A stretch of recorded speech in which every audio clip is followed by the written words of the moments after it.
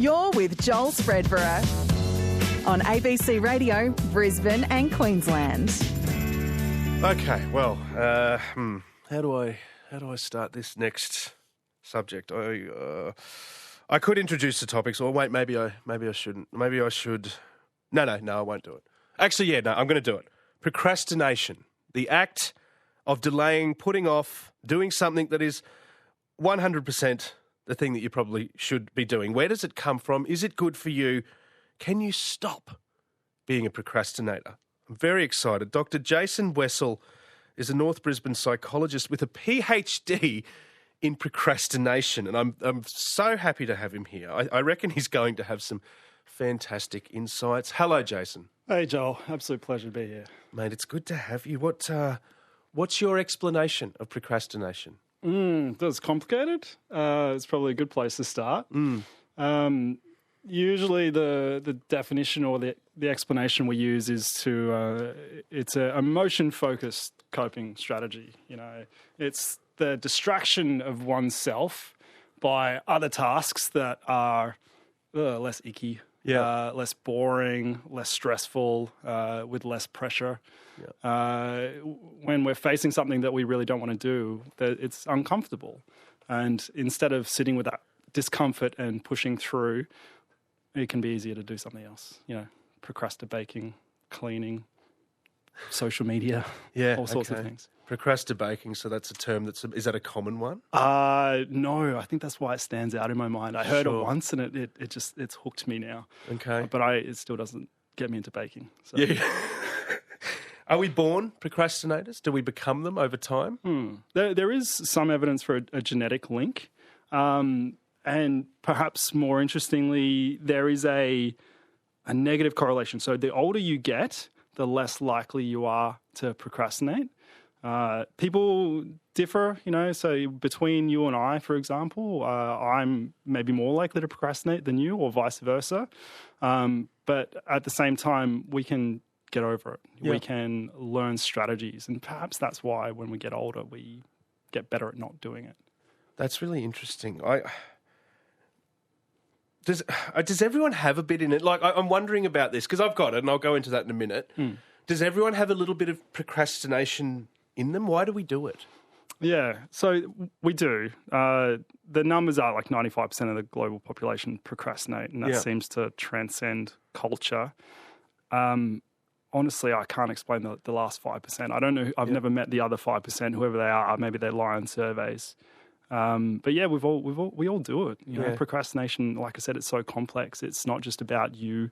It's not just about me and our individual, peccadillos, the things that our weaknesses or our vices. It's also about our environment. You know, the nature of the tasks that we engage in. So, for example, 20%. I'm pulling out more stats. Sorry about that. 20% of the global population procrastinate to a problematic level, to the point that it negatively impacts their life, their career, their goal pursuits. You know, they don't get the life that they want because they just don't get around to grabbing it. But in student populations, that's as high as 50%.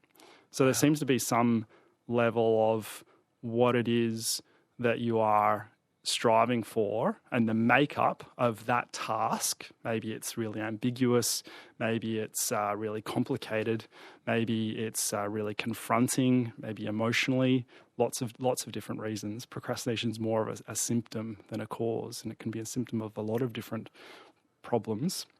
So the interaction between all those things, yes, we've all got it in us, and our environment is a contributing factor.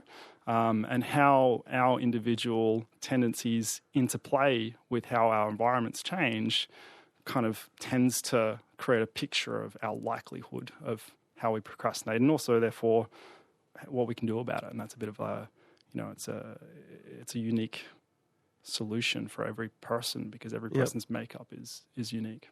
On ABC Radio, Brisbane and Queensland, my name's Joel Spreadborough. You're hearing from Dr. Jason Wessel, a North Brisbane psychologist with a PhD in procrastination, and that's the very topic that we're discussing. Now, you spoke about the idea of someone, I guess, not getting somewhere because they sort of procrastinate their way out of it, or never going anywhere, that kind of thing. How big of a role does fear of an outcome play? I'll use my own case study here, and thank you for not charging me for this session in advance.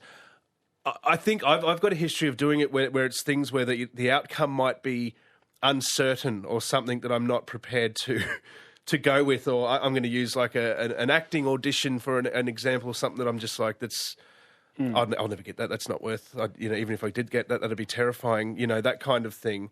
Yep. How much of a role does fear play in procrastination? Yeah, it's huge. And one of my favorite theoretical frameworks for it would categorize that fear as accounting for about a quarter of the possible reasons that you might procrastinate.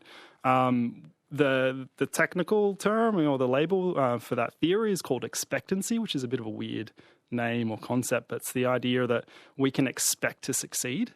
That we know that if we do, A, B, C, it will lead to X, Y, Z. Skipping all the other kind of letters in the alphabet. But it's going to get us to where we want to go. Yep. And if there's a degree of ambiguity about that, then we're not confident that it's worth the effort and the heartache and the risk of putting ourselves out there. And therefore, we don't follow through, or we're less likely to follow through. Sometimes you do go to the audition, sometimes you do follow through. Yeah. But, probably don't want to always. And that's not the only reason, but it's a big part. Ambiguity is an interesting, it's that uncertainty of a result. You obviously put it in much better terms, but going back to even like uni assignments and things like that, it's like holding off on getting it done because you're terrified about the grade and that kind of thing. What is our brain actually doing when we're procrastinating? Yeah, I sort of glossed over before, emotion-focused coping strategy. And so I guess what that means in the moment, and that's where it really matters, is in the moment of decision of do I do the assignment or do I scroll social media or bake a cookie or whatever, your brain is essentially flooded with an uncomfortable emotion or hormone, and maybe that's fear, to use your example. And instead of sitting with that fear and pushing through and confronting the thing, which is almost like, wading through the swamp to get to the other side, we just turn around and head back the other way to do something that's a little bit more pleasant. And in that moment, our brain is teaching ourselves that if we avoid the thing that we feel uncomfortable about doing, then we can feel better. And it's almost like an immediate positive reinforcement of avoidance, and that's how we get caught in the procrastination trap. And obviously the real downside, the really big problem about procrastination, and as part of the definition, it's usually over time the consequences get worse. Sure. You put off more and more auditions and your dreams don't come true. You don't really take a shot at it.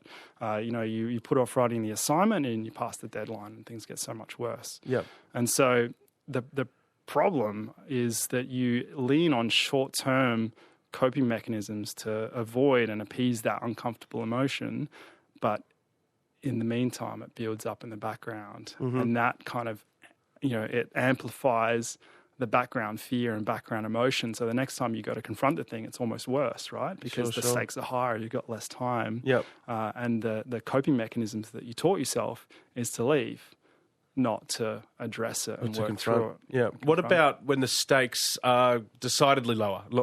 Mowing the lawn, for example. Not that that's not important, but, it's easy to put off. You're right. So expectancy was that term I used, explains about a quarter. Another quarter is explained by something referred to as value, which I guess most people would understand that concept is, do I value the task? It might terrify me, but I really value it. It's the most important audition in the world, so I'm going to do it. Vice versa. I might know how to mow the lawn.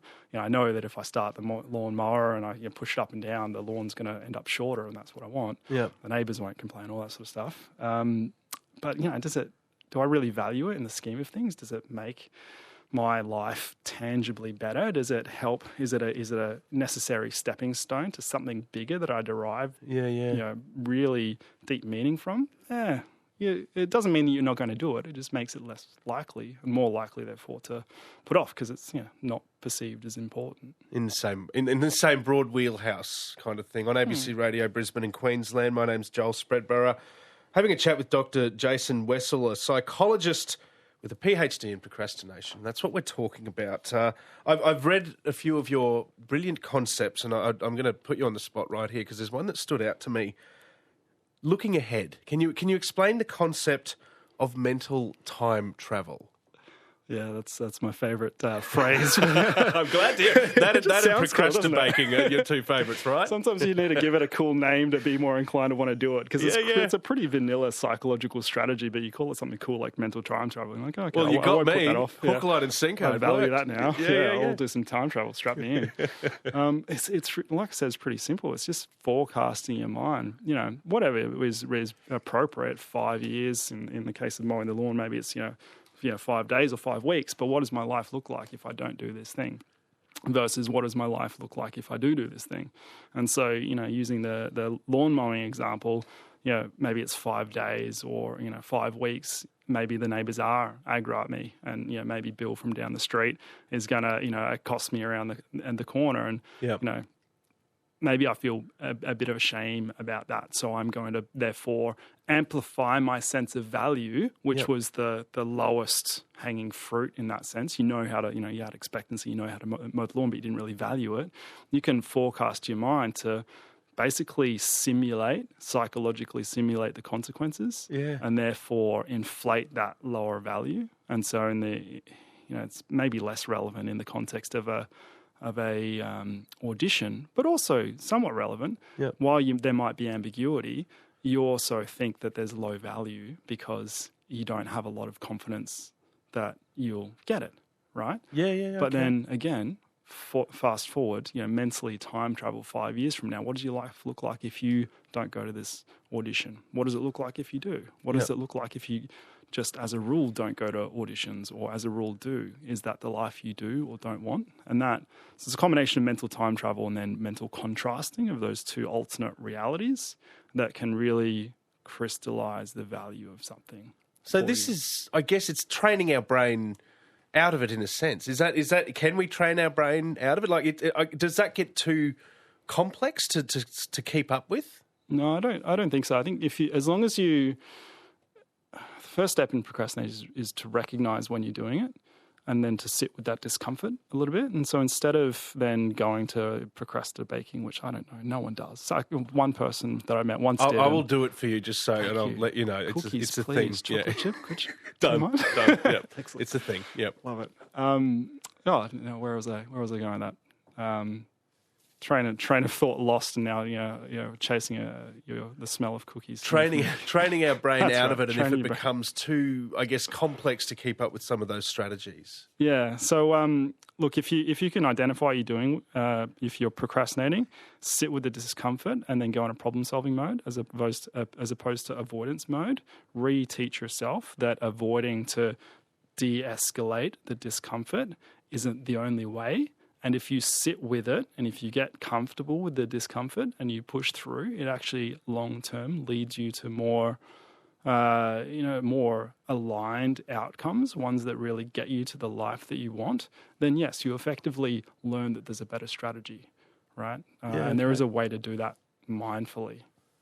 That's really interesting. On ABC Radio, Brisbane and Queensland, Dr. Jason Wessel, psychologist with a PhD in procrastination, is talking about just that. I want to ask, I'll ask you about some other techniques in a sec, but I'm curious about this. I'll say kids these days, but we're all the same. There's a lot of distractions, social media, pick up your phone, play a game, get on an app, whatever.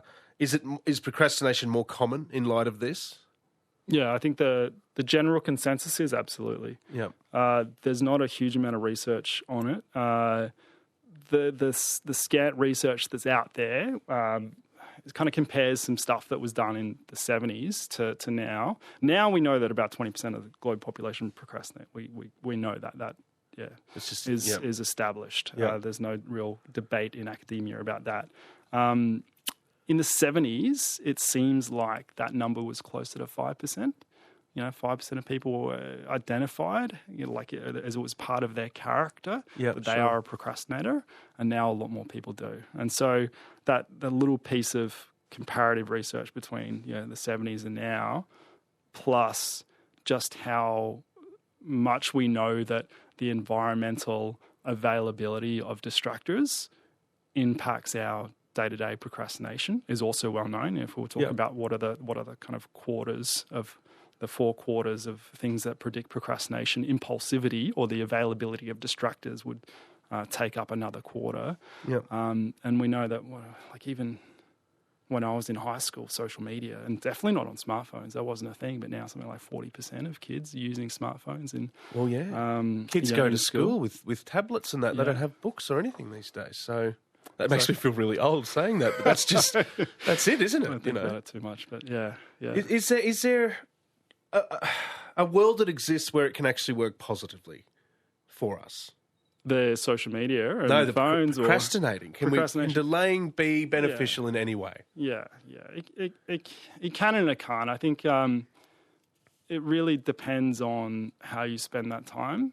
If you boredom and procrastination, the ancient Greeks used to really revel in it. It was respected. The philosophers would they didn't really label it procrastination, but they would put things off to cogitate and contemplate. But now when we've got available distractors that are not exactly productive, then whatever fertile ground there was in boredom, where your brain's itching for something interesting to do, that void is now filled not with our own creativity and constructive pursuits, but filled with scrolling, reading headlines. Yeah. Wasting time and getting up the screen hours, that kind of thing. I'll ask you techniques. Now, you've touched on a few, absolutely, but are there some simple, everyday kind of techniques that we can use to, I guess, better understand and address procrastination habits? Yeah, there are. Catching it is the first trick and challenge, but inevitably the pressure of putting something off builds up to a point that we all kind of are aware of it, and then taking that awareness to focus on it and sit with it is probably the first step. Another technique, just kind of pulling one out of the portfolio, it's like I said, it's really complicated, and therefore there are a lot of different variations and angles that you can come at it from. One I really like comes from an author by the name of Neil Gaiman, who is extremely prolific. He just writes and writes and writes and publishes a lot of good stuff as well. He's not just writing, stream of consciousness and trying to sell it on a rag. Yeah, okay. He's a good author, at least in my opinion. He takes himself to a cafe with no digital devices, no phone, no laptop, no nothing. He takes a notepad, he takes some pens, and he imposes this rule on himself, which he refers to as work or be bored, right?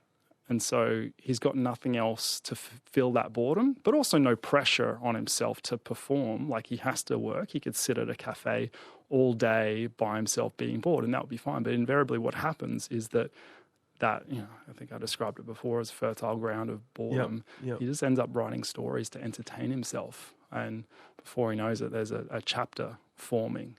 And it really leans into that concept that I was saying before of getting used to sitting with the discomfort and finding a way through it, as opposed to at the earliest sign of discomfort going, I think I'll just pick up my phone and see what's going on Facebook or whatever. That's interesting. How long's your PhD? 4 years. I finished it early, to be honest. Yeah, well, I can understand why. I'd have to. It'd be a shame if I didn't, right? Dr. Jason Wessel, thank you so much for your time, mate. Yeah, pleasure. Absolutely. Really great insights. Dr. Jason Wessel, North Brisbane psychologist with a PhD in procrastination, helping understand and unpack some of the mythology, some of the secrets, some of the truths around procrastination. I'm very grateful for the chat. I hope you got something out of it as well. This is ABC Radio, Brisbane and Queensland, with Joel Spreadborough.